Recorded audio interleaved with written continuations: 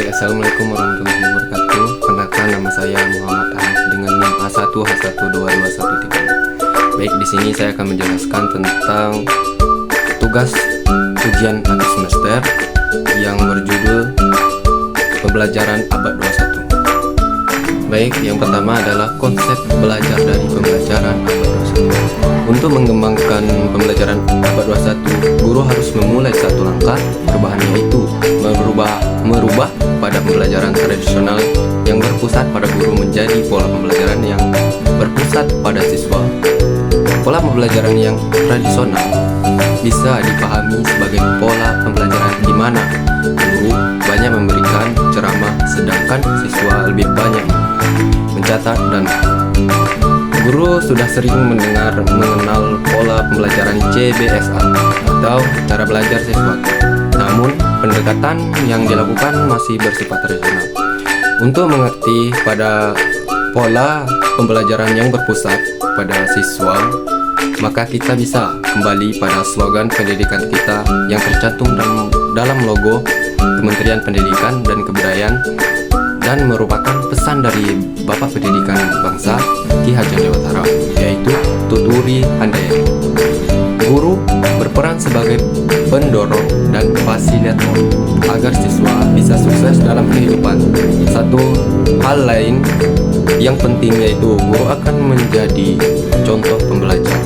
Guru harus mengikuti perkembangan ilmu terakhir sehingga sebetulnya dalam seluruh proses pembelajaran ini, guru dan siswa akan belajar bersama. Namun, guru mempunyai tugas untuk mengarah dan mengelola kelas. Dan untuk mampu mengembangkan pembelajaran abad 21 ini, ada beberapa hal yang penting untuk diperhatikan, yaitu antara lain: 1. Tugas utama guru sebagai perencana pembelajaran, yaitu sebagai fasilitator dan pengelola kelas. Maka tugas guru yang penting adalah dalam pembuatan RPP. Yang kedua, masukkan unsur berpikir tingkat tinggi atau high order thinking. Teknologi dalam hal ini, khususnya internet, dan akan sangat memudahkan siswa untuk memperoleh informasi dan jawaban dari persoalan yang disampaikan oleh guru. Baik, yang kedua adalah prinsip pokok pembelajaran abad 21. Dalam buku Paradigma Pendidikan Nasional Abad 21 yang diterbitkan Badan Standar Nasional Pendidikan atau BNSP, atau membaca isi Kemendikbud nomor 65 tahun 2013 tentang standar proses, BSNP merumuskan 6 prinsip pembelajaran yang harus dipenuhi dalam proses pendidikan abad 21. Sedangkan Kemendikbud nomor 65 tahun 2013 mengemukakan 14 prinsip pembelajaran terkait dengan implementasi kurikulum 2013 atau K13. Baik, sementara itu Jennifer Nichols menyederhanakannya ke dalam 4 prinsip pokok pembelajaran abad ke-21, yaitu dijelaskan dan dikembangkan sebagai berikut. Yang pertama, instruction should be student-centered. Pengembangan pembelajaran seyogianya menggunakan pendekatan pembelajaran yang terpusat pada siswa. Siswa ditempatkan sebagai objek pembelajaran yang secara aktif mengembangkan minat dan potensi yang dimilikinya. Yang kedua, education should be collaborative. Siswa harus dibelajarkan untuk bisa berkolaborasi dengan orang lain. Berkolaborasi dengan orang lain yang berbeda dalam latar budaya dan nilai-nilai yang dianutnya. Yang ketiga, learning should have context. Pembelajaran tidak akan banyak berarti jika tidak memberi dampak terhadap kehidupan siswa di luar sekolah. Oleh karena itu, materi pembelajaran perlu dikaitkan dengan kehidupan sehari-hari siswa. Yang keempat, school shall be integrated with society. Dalam upaya mempersiapkan akan siswa menjadi warga negara yang bertanggung jawab, sekolah seyogyanya dapat memfasilitasi siswa untuk terlibat dalam lingkungan sosialnya. Misalnya, belajar mengambil peran dan melakukan aktivitas tertentu dalam lingkungan sosial. Yang ketiga, model pembelajaran dan peran pendidik abad 21.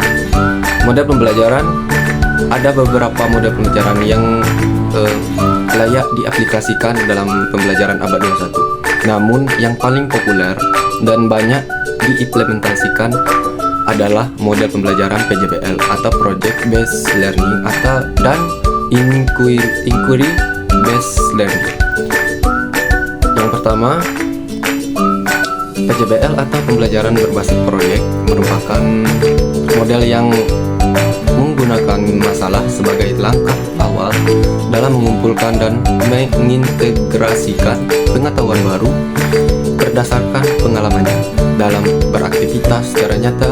Permasalahan pembelajaran berbasis proyek dirancang untuk dilakukan pada permasalahan kompleks yang diperlukan peserta didik dalam melakukan investigasi dan memahaminya melalui PJBL. Yang kedua adalah Inquiry Based Learning. Kata inquiry berasal dari bahasa Inggris yang berarti mengadakan penyelidikan, menanyakan keterangan, melakukan pemeriksaan. Sedangkan inquiry berarti pertanyaan atau keterlibatan siswa untuk menuju kepemahaman. Lebih jauh disebutkan bahwa keterlibatan dalam proses pembelajaran akan diperlukan untuk pemecahan masalah, yakni menemukan jawaban dari pertanyaan yang selanjutnya digunakan untuk membangun pengetahuan baru bagi siswa. Yang keempat adalah peran pendidik.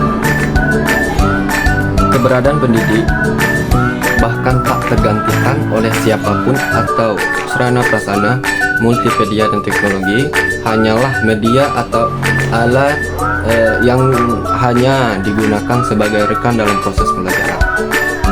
Menurut Nasution tahun 2005-77 bahkan bahwa pendidik merupakan orang yang paling bertanggung jawab untuk menyediakan lingkungan yang paling seserasi agar terjadi proses belajar yang efektif.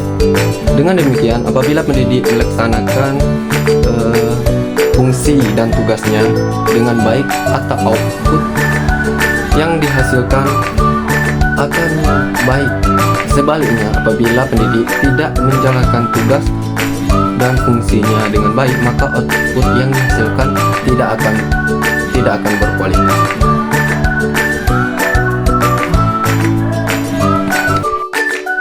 Dan menurut Yulianto tahun 2006, pendidik merupakan salah satu faktor kunci yang ikut menentukan arah kualitas pendidikan. Peran pendidik tidak bisa dihilangkan begitu saja. Apabila pendidik bukan semata-mata hanya mengajar, tetapi dia juga mendidik. Sebagai pengajar, pendidik tidak hanya berperan dalam menyampaikan ilmu, tapi juga berkewajiban melakukan evaluasi, mengelola kelas, mengembangkan perangkat pembelajaran, dan lain-lain. Menurut Samani tahun 1996 mengemukakan 4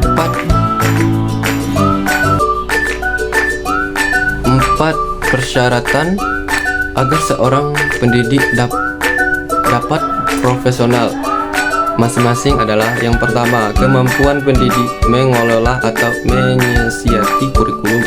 Yang kedua, kemampuan pendidik mengaitkan materi kurikulum dengan lingkungan. Yang ketiga, kemampuan pendidik memotivasi siswa untuk belajar sendiri. Dan yang keempat, kemampuan pendidik untuk mengintegrasikan berbagai bidang studi atau mata pelajaran menjadi kesatuan konsep yang jauh. Adapun kesimpulan yang saya jelaskan dari tadi adalah pembelajaran di abad 21 ini memiliki perbedaan dengan pembelajaran yang di masa lalu.